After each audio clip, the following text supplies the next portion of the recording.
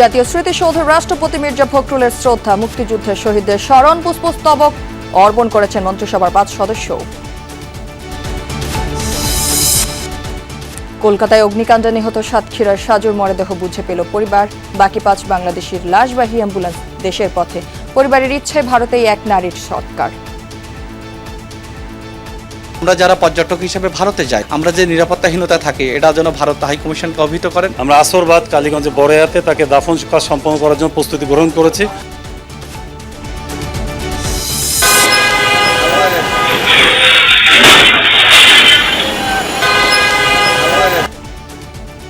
রাজধানী দাপিয়ে বেড়ানো ব্যাটারি চালিত রিকশার সংখ্যা সঠিক জানে না কেউ। শৃঙ্খলার সাথে পরিচালনার চ্যালেঞ্জ সিটি কর্পোরেশন ও ডিএমপির। দেশের নানা প্রান্তে এখনো গ্যাস সংকট, ফিলিং স্টেশনে চালকদের দীর্ঘ অপেক্ষা, বাসাবাড়ি আর শিল্প কারখানায়ও কার্যক্রম ব্যাহত। আবারও বাণিজ্য যুদ্ধে জড়ালো যুক্তরাষ্ট্র ও কানাডা। নতুন করে 50% শুল্ক আরোপ ওয়াশিংটনের, পাল্টা পদক্ষেপের ঘোষণা অটোয়ার।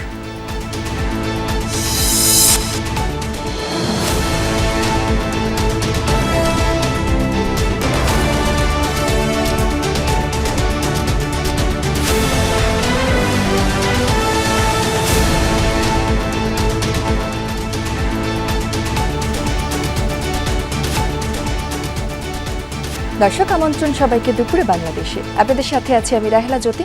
এতক্ষণ শিরোনাম দেখছিলেন, এবার থাকছে পুরো খবর। মুক্তিযুদ্ধের বীর শহীদদের প্রতি শ্রদ্ধা জানালেন নতুন রাষ্ট্রপতি মির্জা ফখরুল ইসলাম আলমগীর। সকাল 10:30 নাগাদ সাভারের জাতীয় স্মৃতিসৌধে যান তিনি। সেখানে রাষ্ট্রপতিকে স্বাগত জানান 3 বাহিনী প্রধান।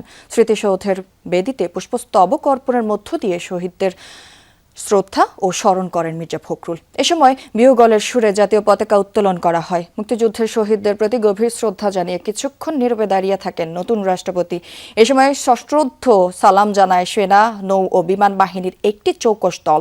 শ্রদ্ধা নিবেদন শেষে স্মৃতিসৌধ প্রাঙ্গণে রাখা পরিদর্শন বইয়ে স্বাক্ষর ও বৃক্ষরোপণ করেন রাষ্ট্রপতি মির্জা ফখরুল ইসলাম আলমগীর।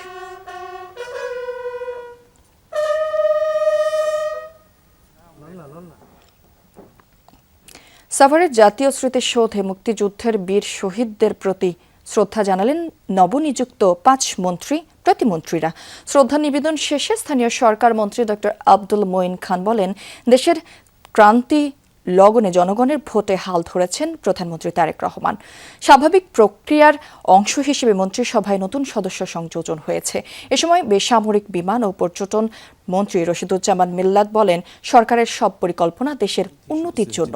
কিভাবে কাকে দিয়ে কোথায় কাজ করালে ভালোভাবে ফলাফল মিলবে তা চিন্তা করেই পদায়ন করেছেন প্রধানমন্ত্রী। এছাড়া পররাষ্ট্র প্রতিমন্ত্রী হুমায়ুন কবির বলেন, সবার আগে বাংলাদেশকে রেখে পররাষ্ট্র নীতি প্রণয়ন করেছে নতুন সরকার। শেখ হাসিনাকে ফেরত আনার দাবি স্বাভাবিক উল্লেখ করে তিনি বলেন, জাতীয় স্বার্থের ব্যাপারে আপোস করবে না বাংলাদেশ। আমরা 2026 সালে এসে আবার নতুন করে জনগণের ভোটে আমাদের প্রধানমন্ত্রী জনাব তারেক রহমানের নেতৃত্বে আমরা এই দেশকে নতুন করে ইনশাআল্লাহ গড়ে তুলব। সমস্ত প্লেনই কিন্তু বাংলাদেশের উন্নতির জন্য এবং বাংলাদেশ জনসাধারণের আপনার উন্নতির জন্য। তিনি এই উন্নতি চিন্তা করেছেন যে কিভাবে কাকে দিয়ে কোথায় কাজ করালে ভালো হবে, সেভাবে তিনি চিন্তা করেই কিন্তু আমাদেরকে পদায়ন করেছেন। একটা ওয়ার্কিং রিলেশনশিপ থাকবে, কিন্তু আমাদের ন্যাশনাল ইন্টারেস্টকে শুধু ভারত না, কোনো দেশের সাথে ন্যাশনাল ইন্টারেস্ট কম্প্রোমাইজ করে তো আমরা কিছু করতে পারি না। পৌঁছেছে কলকাতার হোটেলে অগ্নিকাণ্ডে নিহত সাতক্ষীরার আলিমুজ্জামান সাজুর মরদেহ। ইমিগ্রেশন প্রক্রিয়া শেষে তার পরিবারের কাছে মরদেহ হস্তান্তর করা হয়। বেলা 10টায় ভুমরা স্থল বন্দরে পৌঁছায় সাজুর মরদেহ। ইমিগ্রেশনের প্রক্রিয়া শেষে সাজুর ছোট ভাই বিপুর কাছে মরদেহ হস্তান্তর করা হয়। এরপর লাশবাহী গাড়ি দেয় গ্রামের বাড়ি কালীগঞ্জের বড়ুয়ার উদ্দেশ্যে। সেখানে জানাজা শেষে পারিবারিক কবরস্থানে দাফন করা হবে আলিমুজ্জামান সাজুকে। এছাড়া কুষ্টিয়ার একই পরিবারের 4 সদস্য সহ সাভারের আহমেদ বাবুর মরদেহ বেলা 1টায় আইনি প্রক্রিয়ার মাধ্যমে পরিবারের কাছে হস্তান্তরের পর দেশের উদ্দেশ্যে রওনা করে। এছাড়া পরিবারের ইচ্ছায় কলকাতার নিমতলা শ্মশানে হয় এক নারীর সৎকার। বুধবার রাতে হোটেল শিকাইনে অগ্নিকাণ্ডে প্রাণ যায় 9 জনের, যার মধ্যে 7 জনই বাংলাদেশি। দগ্ধদের মধ্যেও কয়েকজন বাংলাদেশি আছেন। এখানকার প্রসিডিউরগুলোও ছিল একটু জটিল। তো সেই কারণে আমাদের একদিন বেশি লাগলো। আলিমুজ্জামানের মৃতদেহ অলরেডি বাংলাদেশে প্রবেশ করেছে এবং আমরা আশা করছি আজকে বিকেলের মধ্যেই বাকি যে 5টি মরদেহ আছে সেগুলো তাদের আত্মীয় স্বজনরা এই যে বেনাপোল সীমান্ত দিয়ে কুষ্টিয়াতে এবং ঢাকায় নিয়ে যেতে পারবেন। এ বিষয়ে আরো বিস্তারিত জানবো। সাতক্ষীরা থেকে যুক্ত হচ্ছেন আমাদের সহকর্মী আকরামুল ইসলাম। আকরাম, পরিবার তো সাজুর মরদেহ বুঝে পেল, কখন নাগাদ জানাজা ও দাফন হবে সেই প্রক্রিয়ার ব্যাপারে আপনার কাছে কি তথ্য আছে, আমাদেরকে একটু বিস্তারিত জানাবেন। জ্যোতি, আমি এখন রয়েছি সাতক্ষীরার কালীগঞ্জ উপজেলার বরেয়া গ্রামের যে আলিমুজ্জামান সাজু নিহত হন কলকাতায় তার বাড়িতে, এবং ভোমরা ইমিগ্রেশন দিয়ে মরদেহটি তার আপন ছোট ভাই দীপু সে কিন্তু বুঝে নিয়েছেন এবং বুঝে নেওয়ার পর মরদেহটি তার বাড়ির উদ্দেশ্যে রওনা হয়েছে। কিন্তু এখন পর্যন্ত আমরা এসে যেটি দেখছি মরদেহটি কিন্তু তার যে বাড়ি সে বাড়িতে এখনো পৌঁছায়নি। হয়তো যে কোনো সময়ের মধ্যে বাড়িতে পৌঁছাবে 10 থেকে 15 মিনিটের মধ্যে। আত্মীয় স্বজন, এলাকাবাসী, বিভিন্ন শ্রেণী পেশার মানুষ দেখছেন তারা কিন্তু সেই সাজুকে শেষবারের মতো দেখার জন্য অপেক্ষা করছেন। এবং গেল যে কয়েকটা দিন এই যে পরিবারটি কিন্তু শোকগ্রস্ত ছিলেন, কান্নাহাজারি করছিল তার পরিবার, এবং তার যে দাফন প্রক্রিয়া আসরের নামাজের পর কিন্তু দাফন সম্পন্ন হবে এবং সে লক্ষ্যে সব ধরনের প্রস্তুতি কিন্তু এরই মধ্যে সম্পন্ন হয়েছে। ব্যক্তি জীবনে যে সাজু কিন্তু ছিলেন অবিবাহিত এবং তার মা বাবাও কিন্তু জীবিত নেই। তারা 4 ভাই এবং 2 বোন। 4 ভাইয়ের মধ্যে এক ভাই কিন্তু আগেই মারা গিয়েছেন এবং এই যে সাজু কলকাতায় গিয়ে চিকিৎসার জন্য গিয়ে কিন্তু তিনি নিহত হলেন এবং তার 2 ভাই জীবিত রয়েছেন। এক ভাই মরদেহটি বুঝে নেন ভোমরা ইমিগ্রেশন থেকে এবং হয়তো যে কোনো সময়ের মধ্যে মরদেহটি তার যে বাড়ি সেই বাড়িতে এসে পৌঁছাবে এবং তারপর যে অন্যান্য যে দাফনের যে আনুষ্ঠানিক প্রক্রিয়া সেটি সম্পন্ন হবে। এখন পর্যন্ত মরদেহটি বাড়িতে এসে পৌঁছায়নি এবং সব ধরনের যে প্রস্তুতি সেই প্রস্তুতি এই পরিবারের পক্ষ থেকে রাখা হয়েছে। জ্যোতি। আকরাম, আপনাকে ধন্যবাদ। এদিকে কলকাতায় অগ্নিকাণ্ডে নিহত কুষ্টিয়ার একই পরিবারের 4 জন সহ 5 জনের মরদেহ আইনি প্রক্রিয়ার মাধ্যমে লাশগুলো পরিবারের কাছে হস্তান্তরের পরই দেশের উদ্দেশ্যে রওনা করেছে মরদেহ বহনকারী অ্যাম্বুলেন্সগুলো। এ বিষয়ে আরো বিস্তারিত জানাতে বেনাপোল সীমান্ত থেকে যুক্ত হচ্ছেন আমাদের সহকর্মী কামাল হোসেন। কামাল, মরদেহবাহী যে অ্যাম্বুলেন্সগুলো কখন নাগাদ হচ্ছে বেনাপোল পৌঁছাবে, কোনো বিস্তারিত আছে কিনা আমাদেরকে একটু জানাবেন। জ্যোতি, আমি এই মুহূর্তে বেনাপোল স্থলবন্দরের আন্তর্জাতিক ইমিগ্রেশন চেকপোস্টের সামনে অবস্থান করছি। আপনারা জানেন যে ভারতের কলকাতায় নিউ মার্কেট এলাকায় একটি আবাসিক হোটেলে গত 19শে আগস্ট ভয়াবহ অগ্নিকাণ্ডে একটি অগ্নিকাণ্ড ঘটে। এই অগ্নিকাণ্ডে কিন্তু ঘটনাস্থলে সর্বমোট 9 জনের মৃত্যুর ঘটনা ঘটে। তার মধ্যে 7 জন আছে বাংলাদেশি নাগরিক ও 2 জন ভারতীয় নাগরিক।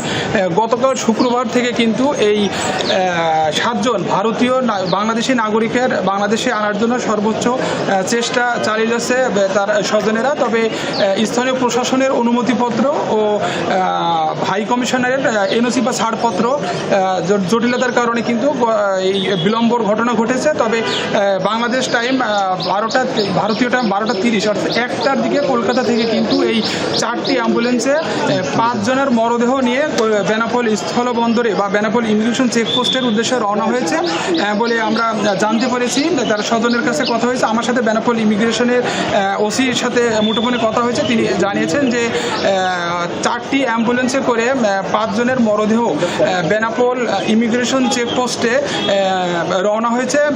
বাংলা টাইম 4টা নাগাদ বেনাপোল ইমিগ্রেশন চেকপোস্টে পৌঁছানোর কথা রয়েছে।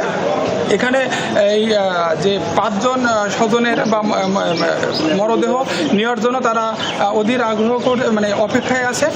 কিছুক্ষণের মধ্যে 4টার ভিতরে এখানে আসার পরে বেনাপোল ইমিগ্রেশনের আনুষ্ঠানিকতা শেষে তারা তাদের এই 5 জনের মরদেহ তাদের স্বজনের কাছে হস্তান্তর করবে বলে ইমিগ্রেশনের ওসি আমাকে এই বিষয়ে নিশ্চিত করেছেন।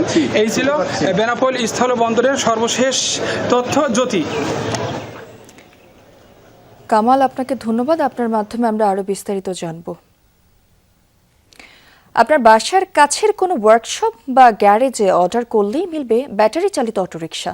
বিভিন্ন জায়গা থেকে যন্ত্রাংশ সংগ্রহ করে এসব রিকশা তৈরি করে রাস্তায় নামানো হয়। চালকদের লাগে না কোনো প্রশিক্ষণ। 2 বছর ধরে নীতিমালা তৈরির কাজ চললেও সরকার বলছে এবার তা আলোর মুখ দেখবে। কিন্তু এতেও কি আসবে সমাধান? খোঁজ নিয়েছেন সহকর্মী তানভীর সিদ্দিক টিপু, ছবি তুলেছেন লুৎফর রহমান।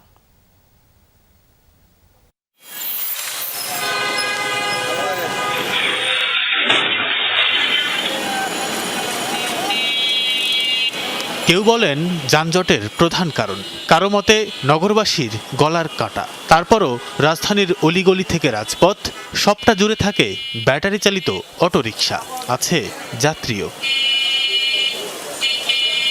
2010 সাল থেকে ব্যাটারি রিকশার বিস্তার।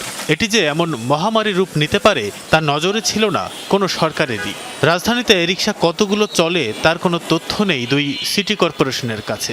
অনুমান এই সংখ্যা 20 লাখের কম নয়।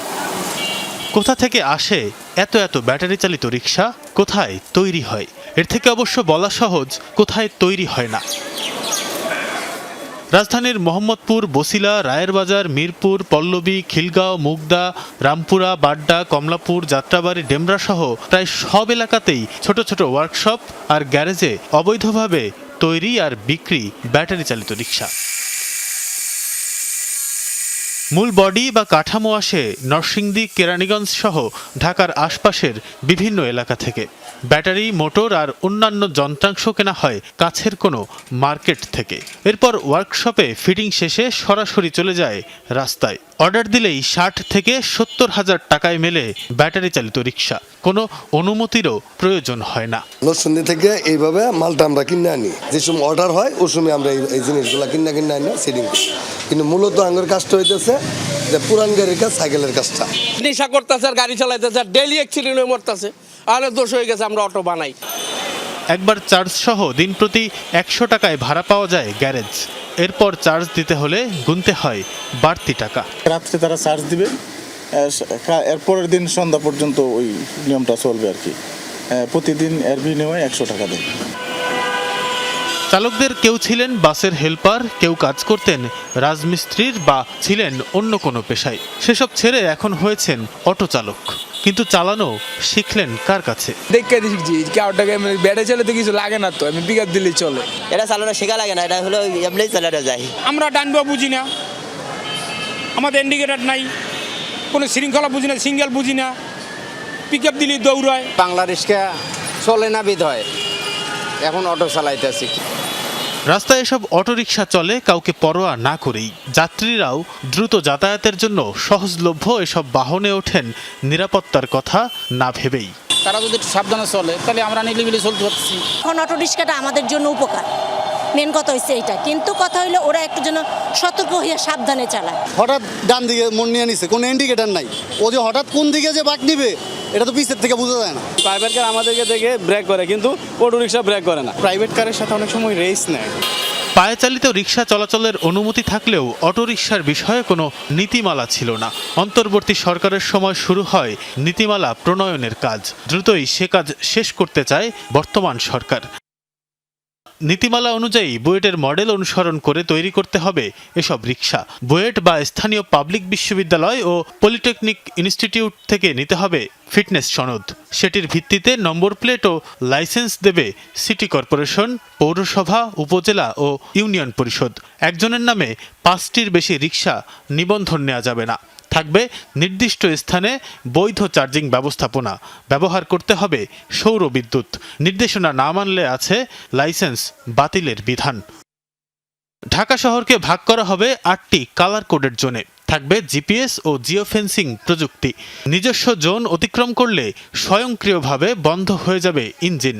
এই পুরো প্রক্রিয়া তদারকি করবে সিটি কর্পোরেশন, স্থানীয় সরকার বিভাগ, পুলিশ ও বুয়েটের সমন্বয়ে গঠিত যৌথ কমিটি। জিপিএস থাকবে, চিপ থাকবে, যেটাকে আমরা জিও ফেন্সিং বলি।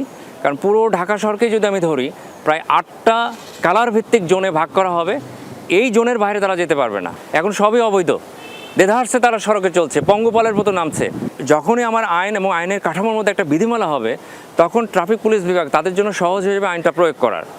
অটোরিকশা তৈরি করতে পারবে নির্দিষ্ট কয়েকটি কারখানা।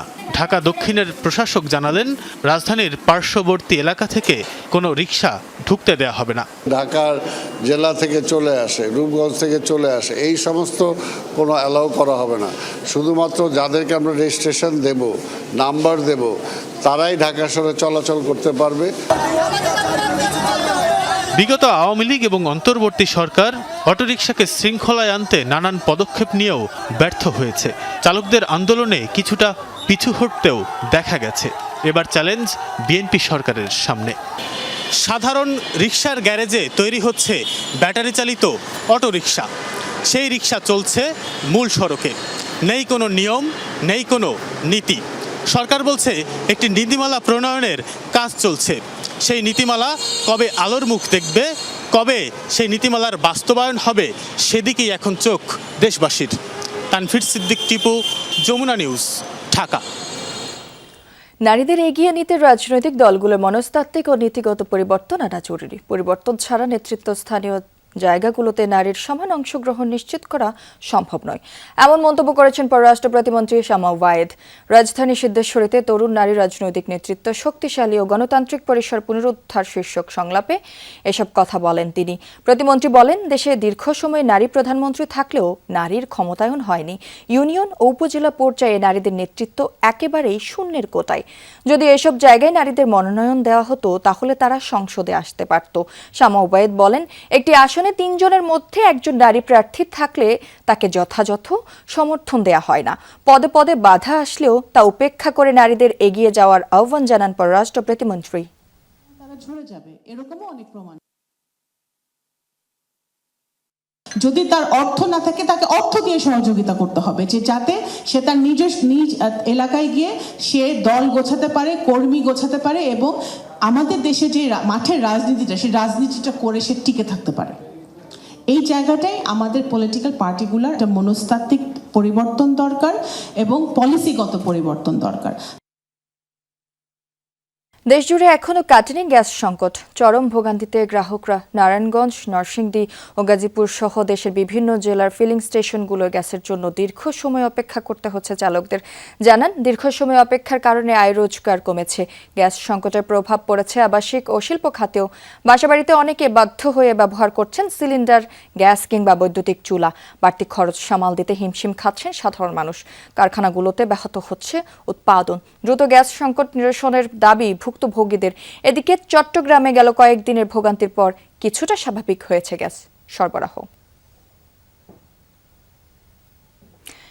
গ্যাস সংকটের বিষয়ে আরো জানবো আমাদের সহকর্মীদের কাছ থেকে। শুরুতেই যাচ্ছি নারায়ণগঞ্জে, সেখানে আছেন আমির হোসেন স্মিথ। বাসা বাড়িতে গ্যাসের চাপ এখন কেমন দেখছেন? আবাসিক গ্রাহকরা কি বলছেন ঠিক জানাবেন।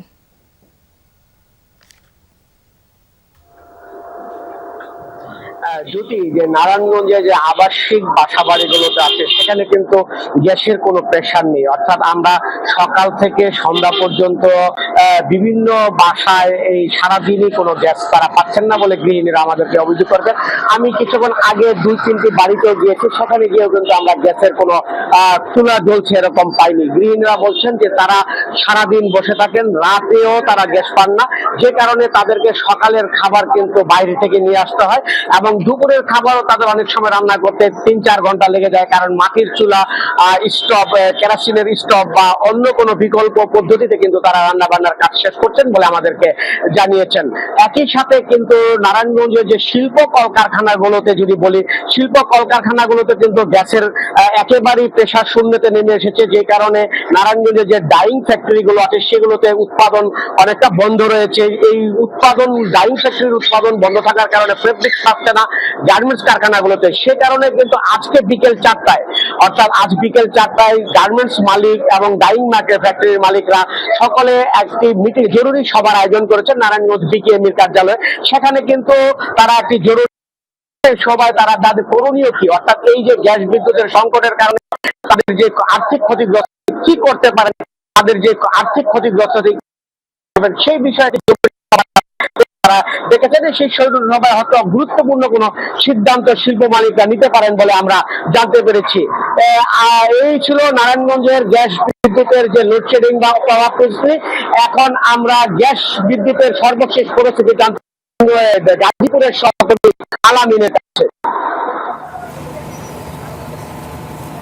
স্মিথ, আপনি যেমনটি বলছিলেন আসলে শিল্প শহর গাজীপুরেও কিন্তু চলমান গ্যাস সংকট চলছে। তো গাজীপুরের যে শিল্প কারখানা রয়েছে সেগুলো কিন্তু গ্যাস সংকটের কারণে তাদের উৎপাদন কার্যক্রম ব্যাহত হচ্ছে, তারা পুরোপুরি উৎপাদনে যেতে পারছেন না। এছাড়া সিএনজি রিফিলিং স্টেশন যেগুলো রয়েছে সেগুলোতেও কিন্তু গাড়ির দীর্ঘ লাইন রয়েছে, 3-4 ঘন্টা দাঁড়িয়ে থেকে সামান্য গ্যাস নিতে হচ্ছে। আর শিল্প কারখানার মালিকরা যারা বলছেন যে একটি পোশাক কারখানায় অনেকগুলো সেক্টর জড়িত থাকে, অনেকগুলো প্রতিষ্ঠান জড়িত থাকে, সেখানে একটি প্রতিষ্ঠান যদি কোনো কারণে সময় মতো শিপমেন্ট দিতে না পারে সেক্ষেত্রে কিন্তু অন্যান্য প্রতিষ্ঠানগুলো তারা সেই পুরো কার্যক্রমটা তারা পরিচালনা করতে ব্যর্থ হয় বা যথাসময় শিপমেন্ট রেডি করতে কিন্তু তারা ব্যর্থ হয়। সেক্ষেত্রে তাদের যে বায়ার, সেই বায়ার হারিয়ে যাওয়ার সম্ভাবনা থাকে, তাদের অর্ডারটা বাতিল হয়ে যাওয়ার সম্ভাবনা থাকে। তো যে সংকট চলছে আসলে তিতাস কর্তৃপক্ষ বরাবরই দায়সারা বক্তব্য দিচ্ছেন যে তারা চেষ্টা করছেন, তারা যেই মহেশখালীতে যে এলএনজি টার্মিনালে যে সমস্যা হয়েছে সেটি সমাধান করে তারা পূর্ণ সক্ষমতায় উৎপাদনে যাওয়ার জন্য চেষ্টা করছেন এবং সরবরাহ যেটুকু আছে সেটুকু স্বাভাবিক করার চেষ্টা করছেন। তবে সাধারণ যারা খেটে খাওয়া মানুষ আছেন, যারা গাড়ি চালক আছেন, যারা শিল্প প্রতিষ্ঠানে আছেন, বিশেষ করে বাসাবাড়ির যারা রয়েছেন, তারা বলছেন যে আসলে এই যে গ্যাসের সংকট সেটি দ্রুত সমাধান করা প্রয়োজন। কারণ নিম্ন আয়ের মানুষ যারা, তারাও কিন্তু অনেকটা দুর্বিষহ জীবনযাপন করছেন। তাদের বাড়তি খরচ হিসেবে এই গ্যাসের সাথে তারা মাসিক যে বিল দিতে হয় সেটার সাথে যুক্ত হচ্ছে এলপিজি সিলিন্ডার। উচ্চ মূল্যে তারা এলপিজি সিলিন্ডারকে বিকল্প হিসেবে রাখতে হচ্ছে, অনেকেই লাকড়ি দিয়ে রান্নাবান্না করতে হচ্ছে, সেক্ষেত্রে তাদের খরচ বেড়ে যাচ্ছে। তাছাড়া শিল্প প্রতিষ্ঠানগুলো যেই উৎপাদন সক্ষমতা, সেই উৎপাদন সক্ষমতা করতে না পারলে তাদের যেই শ্রমিকদের যে বেতন ভাতা সেটাও কিন্তু অনেকটা কষ্টসাধ্য হয়ে যায় কাজ করতে না পারার কারণে। সেই কারণে শিল্প প্রতিষ্ঠানের মালিকরা বলছেন যে দ্রুত এই সমস্যা সমাধান করে তাদেরকে তাদের ব্যবসা পরিচালনা করার জন্য সরকার যাতে ব্যবস্থা করে। তো এই ছিল গাজীপুর থেকে আমার কাছে গ্যাস সংকটের সর্বশেষ পরিস্থিতি। জ্যোতি। আলামিন, আপনাকে ধন্যবাদ। খাগড়াছড়িতে ক্লাউড ব্লাস্টের কারণে চেঙ্গি ও মাইনি নদীর পানি বেড়ে নিম্নাঞ্চলে দেখা দিয়েছে জলাবদ্ধতা। তবে আজ রৌদ্রোজ্জ্বল দিন হওয়ায় অনেকেই ঘরবাড়ি পরিষ্কারে ব্যস্ত। স্থানীয়রা জানান, মধ্যরাত থেকে ভোর পর্যন্ত কয়েক ঘন্টার টানা বৃষ্টিতে ডুবে যায় দীঘিনালা কবাখালী সড়কের বিভিন্ন অংশ। স্থানীয় নদীগুলোর পানি উপচে তলিয়ে যায় মুসলিম পাড়ার একাংশ, বটতলী, ইসলামপুর সহ নিচু এলাকা। বাড়িঘরে পানি ঢুকে পড়ায় চরম ভোগান্তিতে পড়েছেন বাসিন্দারা। দীঘিনালার 8 মাইল এলাকায় পাহাড় ধস হয়েছে, এতে বন্ধ হয়ে যায় যানবাহন চলাচল। পরে ফায়ার সার্ভিস ও স্থানীয়রা মাটি সরালে আবারও যান চলাচল স্বাভাবিক হয়। বৃষ্টি হয়েছে আর মানুষের যাওয়ার কোনো রাস্তা নাই। খাগড়াছড়িতে এরকম পরিস্থিতি হয় নাই গত অনেক বছরে। অল্প বৃষ্টিতে খাগড়াছড়ি সব চলে গেছে। 1000-এর বেশি লোক আছে, সবাই পানি বন্দি এখন। ঠান্ডার এলাকা দিকে কেউ দেখে না, প্রশাসনও দেখে না, কোনো লোকই দেখে না। যারা ক্ষতিগ্রস্ত হয়েছে তাদের জন্য প্রয়োজনীয় সকল সহযোগিতা প্রশাসনের পক্ষ থেকে আমাদের রয়েছে। উপজেলা নির্বাহী অফিসারগণ, জেলা প্রশাসন, সবাই আমরা এখন মাঠে আছি। স্বাধীন ও দায়িত্বশীল গণমাধ্যম ছাড়া রাষ্ট্র নির্মাণ করা অসম্ভব বলে মনে করছেন প্রধানমন্ত্রীর তথ্য উপদেষ্টা জহিরুদ্দিন স্বপন। তিনি মন্তব্য করেন, জঞ্জাল ছড়ানো সাংবাদিকতাকে মূলধারা থেকে আলাদা করতে হবে। শনিবার দুপুরে রাজধানীর মৌচাক কসমোস সেন্টারে নিউজ এজেন্সি ইউএনবির জেলা প্রতিনিধি বার্ষিক সম্মেলনে জহিরুদ্দিন স্বপন আরও বলেন, সাংবাদিকদের বেতন কাঠামো সম্মানজনক স্থানে নির্ধারণ না হলে কোনো জ্ঞান তাদের ভালো থাকার সুযোগ দেবে না। জঞ্জালযুক্ত সাংবাদিকদের গণমাধ্যম থেকে সরাতে সরকারের ভূমিকা খুব গুরুত্বপূর্ণ উল্লেখ করে তিনি বলেন, সাংবাদিকদের বেতন, বোনাস, চাকরির নিরাপত্তা সবকিছুর দায়িত্ব নিতে হবে মালিককে। অনুষ্ঠানে গণমাধ্যম পরিচালনার দায়িত্বে থাকা ব্যক্তিরা ভুয়া সাংবাদিকদের দৌরাত্ম্যের কথা তুলে ধরেন। রাষ্ট্র সমাজ নিয়ন্ত্রকটা যদি ভাবেনও যে গণমাধ্যমবিহীন এবং একটা স্বাধীন দায়িত্বশীল গণমাধ্যমবিহীন তারা রাষ্ট্র সমাজ বিনির্মাণ করবেন, এটা অসম্ভব, চাইলেও এখন আর পারা যাবে না। এই পরিচয়টাকে সম্মানজনক নিশ্চিত করার জন্যই আপনাদের মতো সৎ সাংবাদিকদের উচিত, সাদা সাংবাদিকদের উচিত হলুদ সাংবাদিকতা বন্ধ করে এবং পরগাছা গণমাধ্যম ডিজিটাল যে জঞ্জালগুলি তৈরি হচ্ছে এটার সঙ্গে মেইন স্ট্রিম মিডিয়াকে আলাদা করে ফেলা দরকার। ঢাকাকে ক্লিন ও গ্রিন সিটি করার প্রতিশ্রুতি দিয়েছেন ঢাকা উত্তর সিটি কর্পোরেশনের প্রশাসক শফিকুল ইসলাম খান মিল্টন। সকালে রাজধানীর উত্তরায় বৃক্ষরোপণ কর্মসূচির উদ্বোধনের সময় এই প্রতিশ্রুতি দেন তিনি। বলেন, সবুজায়নের কর্মসূচিতে সরকার সর্বাত্মক সহযোগিতা করবে। ঢাকা উত্তর সিটি কর্পোরেশন 5 বছরে 5 লাখ বৃক্ষরোপণের উদ্যোগ নিয়েছে। এরই মধ্যে 55,000 বৃক্ষরোপণ সম্পন্ন হয়েছে। এ সময় মনে করিয়ে দেন, পুরো দেশে 5 বছরে 25 কোটি বৃক্ষরোপণের ঘোষণা দিয়েছেন প্রধানমন্ত্রী। একই সাথে ঢাকাকে পরিচ্ছন্ন রাখার লক্ষ্যে সর্বোচ্চ চেষ্টা করবে সিটি কর্পোরেশন। পাশাপাশি নগরবাসীকে যেখানে সেখানে ময়লা ফেলা থেকে বিরত থাকার আহ্বান জানান প্রশাসক।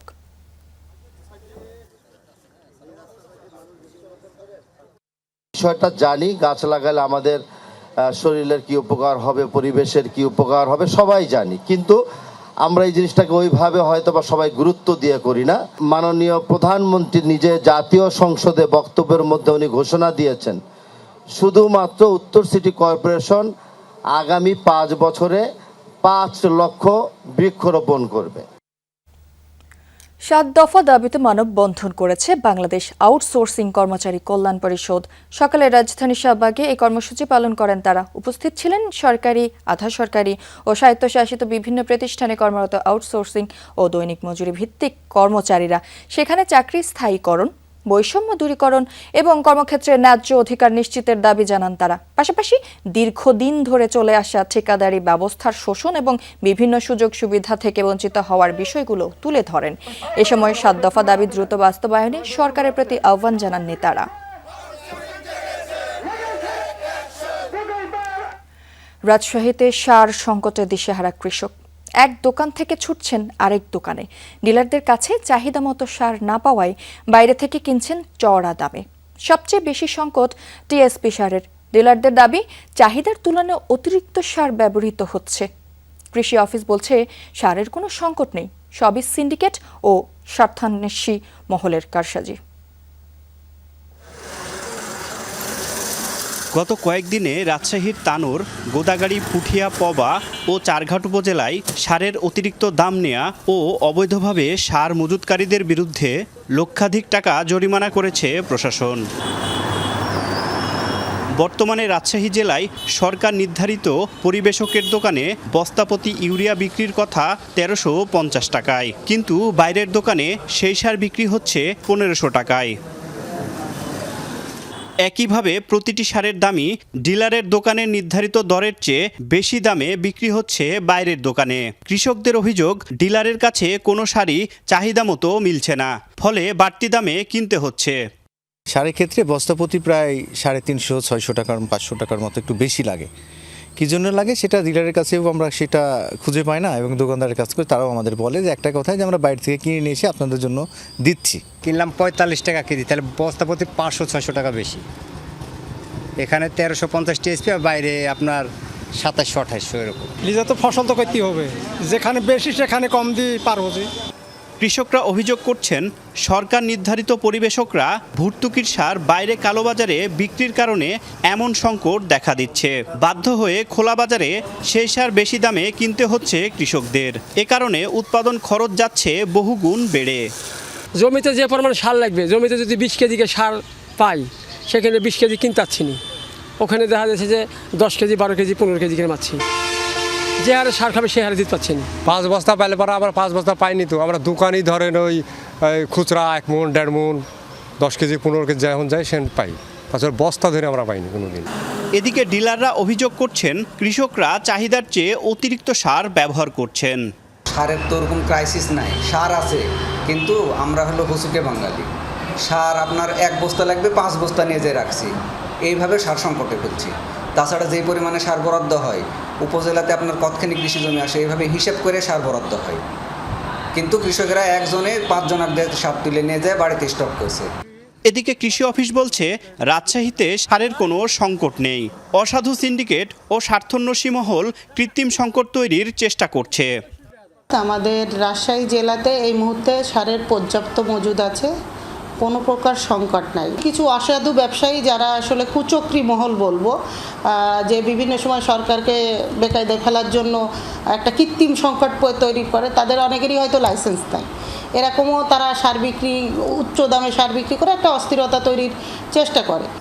রাজশাহী কৃষি সম্প্রসারণ অধিদপ্তরের তথ্য মতে রাজশাহীতে বৃহস্পতিবার পর্যন্ত ইউরিয়া সার মজুদ ছিল 2188 metric ton, TSP 526 metric ton, DAP 709 metric ton এবং MOP 739 metric ton. Tarek Mahmud, Jamuna news, Rajshahi. প্রযুক্তি ও তারুণ্যের উদ্যোগে নতুন বাংলাদেশ গড়ে তোলার আহ্বান জানিয়েছেন ডাক টেলিযোগাযোগ মন্ত্রী ফকির মাহবুব আনাম। জানান, প্রধানমন্ত্রী তারেক রহমানের পরিকল্পনা বাস্তবায়নে সকলকে ঐক্যবদ্ধ থাকতে হবে। শনিবার সকালে প্রেস ক্লাবে আয়োজিত আরাফাত রহমান কোকোর 57তম জন্মবার্ষিকী উপলক্ষে আলোচনা সভা ও দোয়া মাহফিলে এই আহ্বান জানান টেলিযোগাযোগ মন্ত্রী। জানান, বিশ্বমঞ্চে বাংলাদেশ ক্রিকেটের বর্তমান সফলতার ভিত্তি রচনায় অন্যতম ভূমিকা ছিল আরাফাত রহমান কোকোর। তার স্বপ্ন ছিল মাদকমুক্ত স্পন্দনশীল যুব সমাজ করার। তাই তার আদর্শ ও স্বপ্ন ধারণ করে খেলাধুলার মধ্য দিয়ে তাকে অমর করে রাখার আহ্বানও জানান তিনি।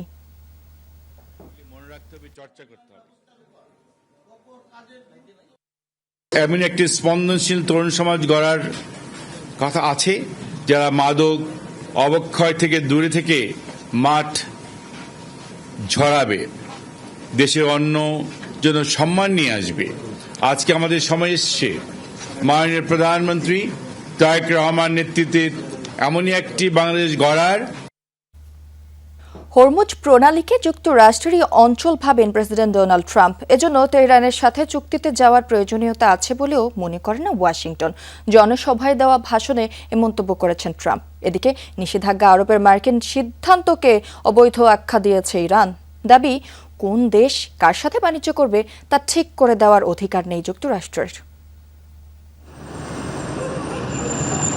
সামরিক থেকে ক্রমেই অর্থনৈতিক ফ্রন্টে গড়াচ্ছে যুক্তরাষ্ট্র ইরান যুদ্ধ।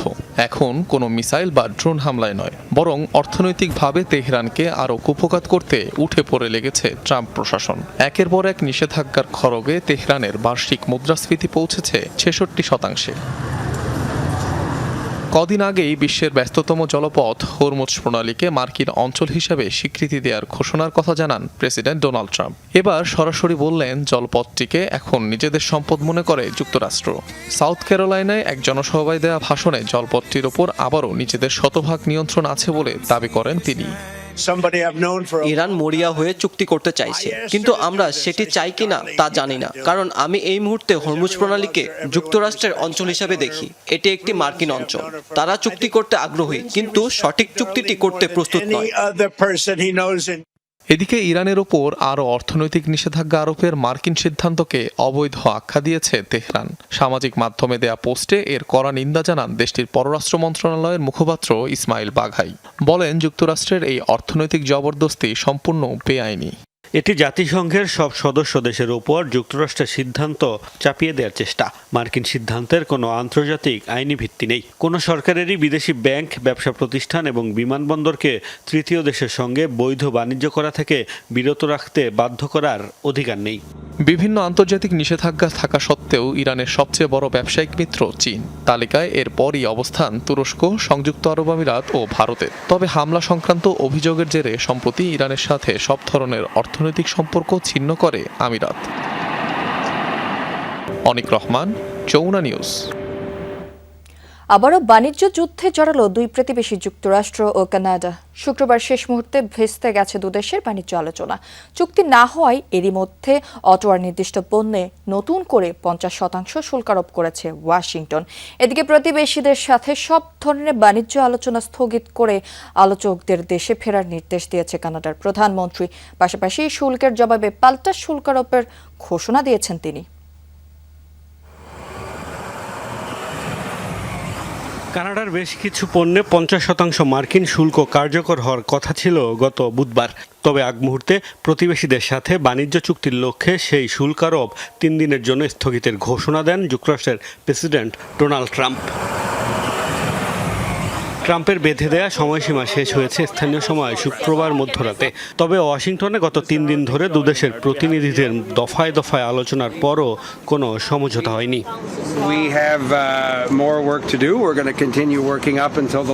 শেষ মুহূর্তে আলোচনা ভেস্তে যাওয়ায় আবারও তীব্র হলো যুক্তরাষ্ট্র ও কানাডার বাণিজ্য যুদ্ধ। এরই মধ্যে জুতা, পোশাক, গাড়ি, অ্যালকোহল সহ বিভিন্ন পণ্যে নতুন করে 50% শুল্ক কার্যকরে নির্দেশনা দিয়েছে US customs and border protection. চুক্তি ভেস্তে যাওয়ার জন্য যুক্তরাষ্ট্রকে দায়ী করেছেন কানাডার প্রধানমন্ত্রী মার্ক কার্নি। এক বিবৃতিতে দাবি করেন, শেষ সময়ে শর্তে অন্যায্য পরিবর্তন এনেছে মার্কিন প্রতিনিধিরা। সব ধরনের আলোচনা স্থগিত করে এরই মধ্যে প্রতিনিধিদের দিয়েছেন দেশে ফেরার নির্দেশ।